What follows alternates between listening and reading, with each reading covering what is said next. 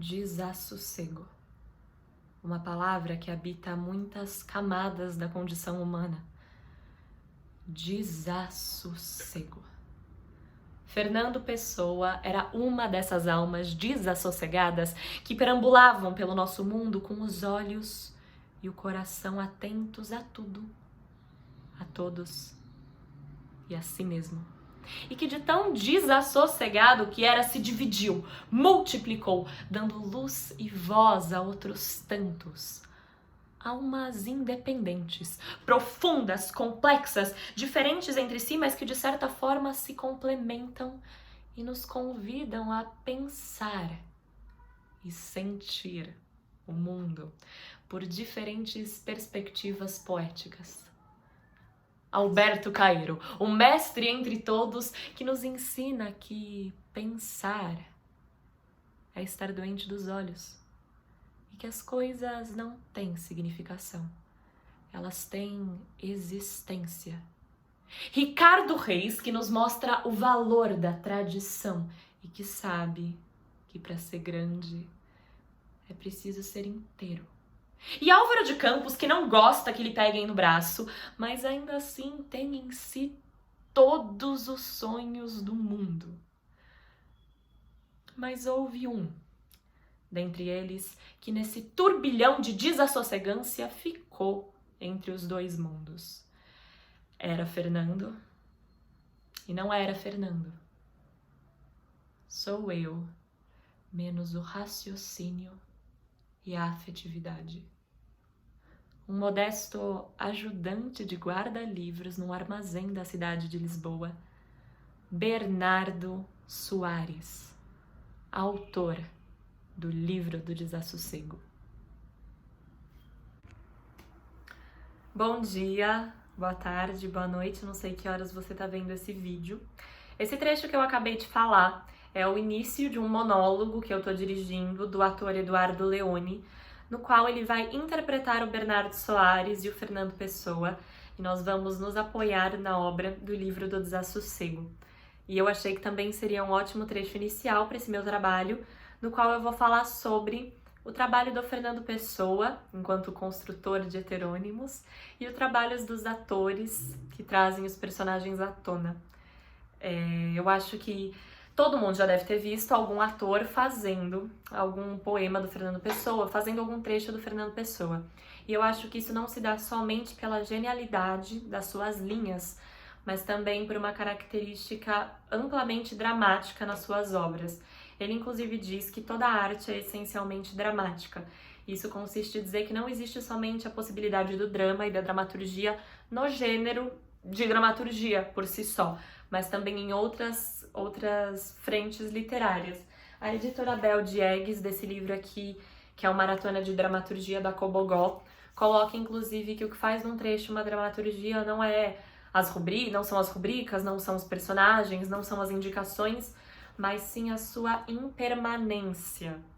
E aquela característica que tem no texto que faz com que ele não seja somente palavra deitada, mas que ele seja palavra possível de ser colocada em pé, na boca de atores, performers, declamadores, seja quem for. E eu acredito nisso, que a obra do Fernando Pessoa é sim uma obra dramática. Inclusive, ele mesmo dizia que o Álvaro de Campos era um personagem, a única coisa que faltava era a peça. E eu acho que quando ele compôs esses heterônimos, ele fez um trabalho assim de um ator exemplar, que nada mais é que abrir espaço dentro de si para que uma outra voz habite e possa falar através de você. Os atores estudam, ensaiam, leem, trabalham para que haja aquele momento de presença na qual a gente é atravessado por uma outra figura, por uma outra voz, para dizer aquelas coisas fantásticas e muito maiores que a gente. E eu sinto que o Fernando Pessoa construiu plenamente as margens para que os personagens pudessem navegar através da tinta da caneta dele. Então eu vou começar trazendo um trecho do Livro do Desassossego, que é o fragmento 299 nessa edição do Zemit. O fragmento diz isso aqui: criei em mim várias personalidades. Crio personalidades constantemente. Cada sonho meu é imediatamente, logo ao aparecer sonhado, encarnado numa outra pessoa que passa a sonhá-lo e eu não. Para criar, destruir-me. Tanto me exteriorizei dentro de mim que dentro de mim não existo senão exteriormente. Sou a cena nua onde passam vários atores representando várias peças. Eu acho isso aqui muito interessante e quando o Fernando Pessoa e o Soares nesse trecho colocam que criam em si muitas personalidades, a gente tem ali outro paralelo claro com o trabalho do ator. Vou me apoiar agora para falar um pouco sobre ter coisas que são essenciais no trabalho de um ator criador, que eu penso que também foram essenciais para o Pessoa. Nesse teórico aqui, que é o Konstantin Stanislavski, ele é um dos maiores teóricos de teatro que a gente tem, se não o maior, né, o mais conhecido, que ele escreveu toda a sua obra na Rússia, no início do século XX, finzinho do XIX, assim. E nesse livro aqui, que é a preparação do ator, que é a bíblia de todos os atores de todos os lugares do mundo, no capítulo Ação, ele coloca alguns conceitos que eu penso que mesmo que Fernando Pessoa não conhecesse racionalmente, ele conhecia intuitivamente ou conhecia por outros nomes, né, por outras coisas. Muitos dizem que o Stanislavski fez foi somente colocar em palavras de uma maneira genial o que já está dentro de todo grande performer, de todo grande artista. Os passos para se obter uma performance excepcional. E ele coloca alguns passos. Um deles, quando você é um ator e se depara com um personagem, é ter claro para você quais são as circunstâncias dadas desse personagem. O que ele quer dizer com circunstâncias dadas? O lugar onde esse personagem vive, a condição social, a história biográfica, se teve algum acontecimento importante logo antes da peça começar, a mise-en-scène, o que a direção pede, o que o figurinista pede, tudo que está exterior ao personagem, mas que interfere no que ele vai criar e que ele precisa ter bem conscientemente para que ele crie uma figura possível de existir nesse universo e não uma figura completamente alheia a tudo que está acontecendo. O segundo passo é achar um centro para esse personagem, que seria entender racionalmente características que são possíveis para que você se apoie para construir esse personagem. Então, características desde, é um personagem gentil, ou a personagem leva um sarcasmo, ou é um personagem arrogante. Então, são características que são, aqui dentro de um círculozinho, características nas quais o personagem existe. Fora dele, tem características que você fala, nossa, nada a ver. Por exemplo, se a Lady Macbeth fosse uma personagem extremamente doce e gentil. Errou, não dá pra fazer isso. Não é uma característica possível. Cada ator, com certeza, traz a sua leitura de personagens, mas mesmo numa infinidade de atores fazendo o mesmo personagem, tem sempre algo que se repete. Esse algo é meio que esse centro possível, assim. Tem sempre algo que tem que estar ali. Essas duas coisas, ou circunstâncias dadas e o centro, são duas coisas que o Pessoa, conscientemente, né, mas talvez não sabendo desses termos, fez. Porque ele constrói toda uma biografia para os seus personagens, todo mapa astral. O Pessoa faz um trabalho muito de quem tá esculpindo uma madeira, assim. Ele é um carpinteiro dos seus personagens. Ele pensa em cada detalhe para que, quando ele tiver todos os detalhes dentro da mente dele, ele possa simplesmente navegar. Que é algo que o Stanislavski também coloca, que é criatividade inconsciente a partir de técnica consciente. A gente tem que sempre fazer as margens do rio para deixar com que a água corra. Se a água correr sem as margens, é uma bagunça. Se tiver só a margem, não tem muita graça, né? Então eu sinto que o Pessoa faz isso com uma maestria espetacular, assim. Eu sempre me pego pensando o que devia ser este homem escrevendo, assim. Essa incorporação dos personagens. Ele é um ator que traz pra cena o Ricardo Reis, o Bernardo Soares, o Álvaro de Campos, só que o palco é a escrivaninha dele, né? Então, a gente não consegue vê-lo fazendo isso, a gente consegue ler, que já é maravilhoso. Tem um conceito que a professora Lilian Jacotto coloca no texto dela sobre a capacidade negativa, que ela diz assim: a negatividade constitui um método do olhar, um modo de ver o mundo a partir do que não está lá como evidência. E ela também diz que o Pessoa e a maioria dos autores que ele lia e admirava eram todos fãs de Shakespeare. E isso se dá por uma admiração pela maneira que o Shakespeare escrevia, que eles dizem isso aqui, que a capacidade negativa é um conceito complexo que abrangeria também a capacidade de dividir-se entre o sentir e o pensar, de ser ator e espectador ao mesmo tempo no discurso poético. Eu adoro isso de ser ator e espectador ao mesmo tempo no discurso poético, porque tem um outro conceito do teatro que eu sinto que é muito presente na obra do Fernando Pessoa, que é o duplo. O que é esse duplo, né? É ser ator e espectador de si ao mesmo tempo. Quando nós estamos em cena, nós sempre temos que acionar um duplo, que é, por exemplo, eu estou aqui vivendo a minha personagem, mas a Mariana, atriz, tá todo o tempo assistindo o que eu tô fazendo. Então é como se fosse uma cavalgada. A gente tem esse cavalo, que é o personagem, e a gente tem o ator, que é o cavaleiro. E então, se a gente deixa o cavalo muito solto, o que acontece? O cavalo corre, atropela tudo, faz uma confusão. Se a gente deixa o cavalo muito preso, o negócio não flui. Então a gente tem que sempre pensar nessa cavalgada. O ator tem que sempre deixar o personagem livre para viver ali, mas o ator tem que estar sempre presente e consciente e se guiando para navegar. E o Fernando Pessoa faz isso, ele tá lá presente, consciente, mas deixando esses personagens existirem e falarem através dele.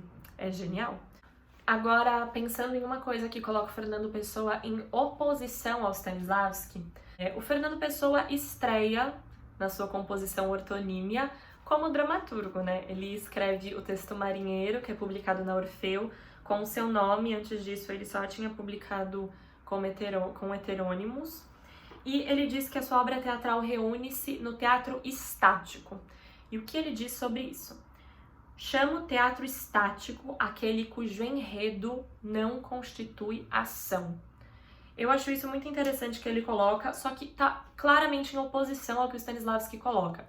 Porque nesse capítulo, inclusive, que se chama Ação, o Stanislavski coloca que toda peça e todo ator é feito de ação, quer externa, quer interna. Tem sempre ação em jogo. Eu não preciso estar agindo exteriormente o tempo inteiro. Às vezes a ação da minha personagem é ficar sentada assistindo o que está acontecendo. E assistindo a água que cai. Mas eu estou em ação. Eu estou com certeza em ação para que a cena esteja viva. Então, quando ele coloca que o enredo não constitui ação, eu acho que talvez eles estivessem usando a mesma palavra para falar de coisas diferentes. Talvez a peça do Pessoa seja preenchida de ação interna. Mas, inclusive, o Pessoa acabou não deslanchando, né, como dramaturgo. E tem muita gente alguns estudiosos que colocam que é porque ele não era uma pessoa da sala de ensaio. Porque os dramaturgos que a gente tem, né, dessa época, Chekhov e o Ibsen, os grandes dramaturgos, o Strindberg, tudo, eles eram figuras da sala de ensaio, que entendiam a mise-en-scène, que entendiam coisas além da dramaturgia. E aí eu vou terminar falando sobre como tem sido nos aproximar performativamente do Bernardo Soares. Porque uma coisa, eu acho que é a leitura que eu faço enquanto estudante de letras, dos trechos do Bernardo Soares, aquela maravilha toda. Outra coisa é quando eu tô dirigindo um ator que vai ser o Bernardo Soares no palco. Nós temos muitos desafios, nossos principais desafios agora, nesse início de processo, estão sendo achar circunstâncias dadas do Bernardo Soares. Então, sabemos que ele é esse ajudante de guarda-livros, provavelmente ele não é um cara que ganha muito bem, mas ele é um cara que tá sempre próximo dos livros, mora em Lisboa, frequenta bares meio esquisitos à noite, com uma galera brigando e tal, mas a gente agora tá principalmente focando em achar um centro possível para esse Bernardo Soares, porque podem existir 1000 atores fazendo 1000 Bernardo Soares e pode ser que os 1000 sejam possíveis, mas eles são possíveis porque todos atendem a um arquétipo. Existe sempre uma infinidade de possibilidades de um mesmo personagem, só que existe também algumas regras que todos esses atores devem seguir. Tem que ter alguma coisa em comum. 50% desse personagem vai ser provavelmente sempre comum e o outro 50% vai partir de cada ator que o interpreta. Quando a gente vê um Hamlet, que a gente sabe que não é um Hamlet, a gente sabe que não é um Hamlet, sabe? A gente assiste, a gente fala, Nossa, tá esquisito esse personagem. É porque provavelmente alguma coisa no centro que o ator escolheu não era possível.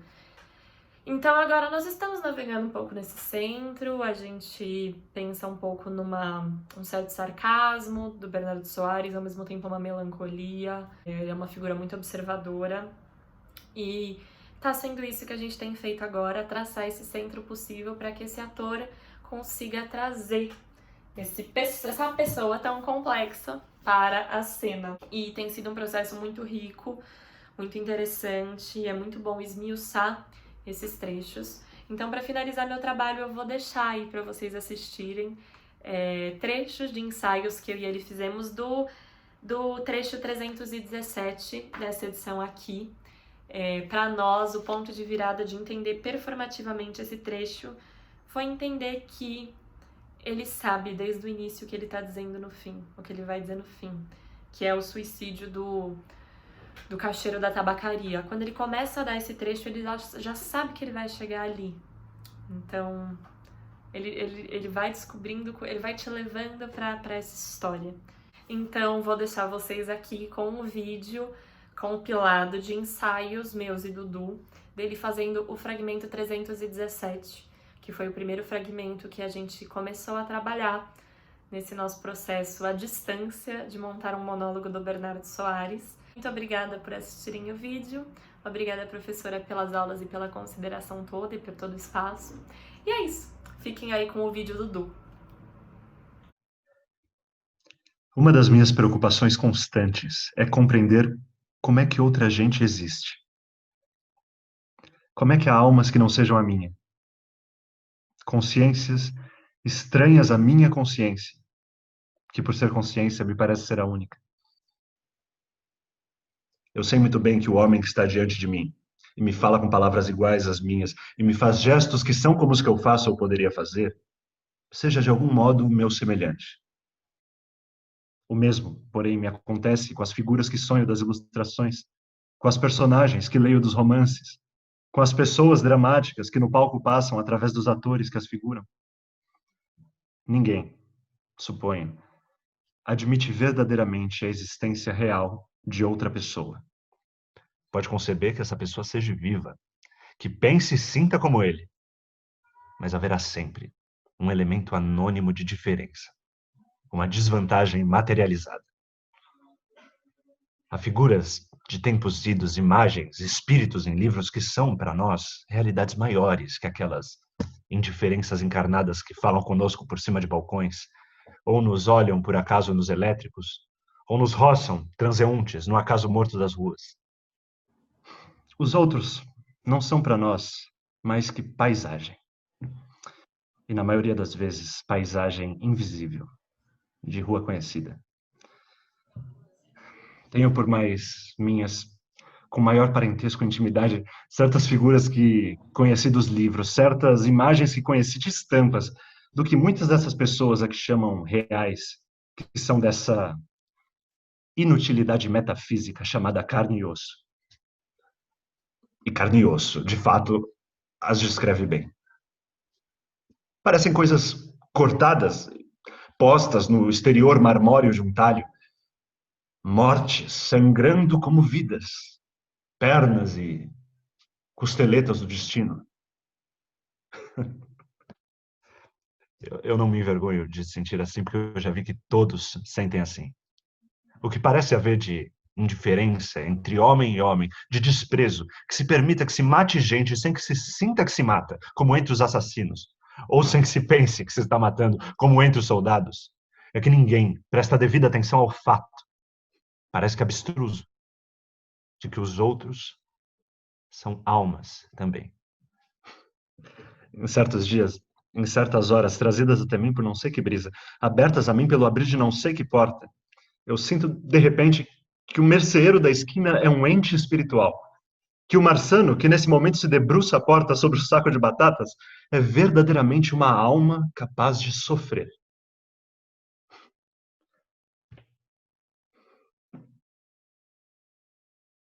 Quando ontem me disseram que o empregado da tabacaria se tinha suicidado, eu tive uma impressão de mentira.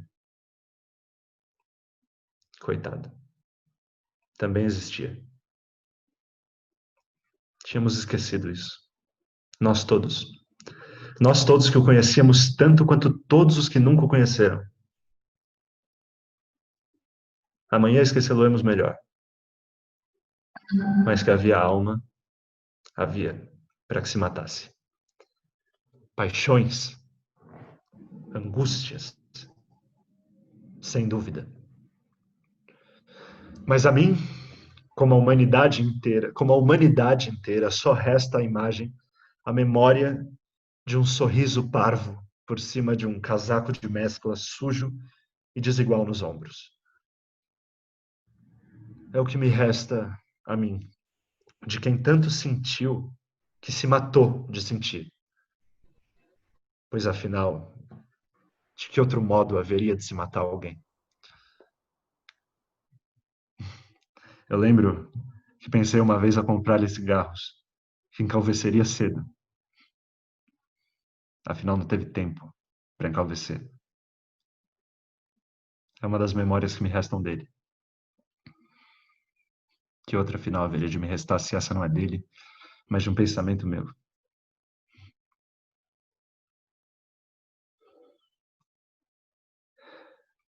Eu tenho subitamente a visão do cadáver, do caixão em que o devem ter metido, da cova inteiramente alheia. E tenho a impressão de que o caixeiro da tabacaria era, de certo modo, casaco torto e tudo, a humanidade inteira. Foi só um momento. Hoje, agora, como homem que sou, ele morreu. Mais nada. Sim, os outros não existem. É para mim que esse poente estagna, pesadamente alado, suas cores nevoentas e duras. Para mim, sob o poente treme, sem que eu veja que corre, o grande rio. Foi feito para mim esse largo aberto sobre o rio cuja maré chega. Foi enterrado hoje na vala comum, o caixeiro da tabacaria. Não é para ele o poente de hoje. Mas de o pensar, e sem que eu queira, também deixou de ser para mim.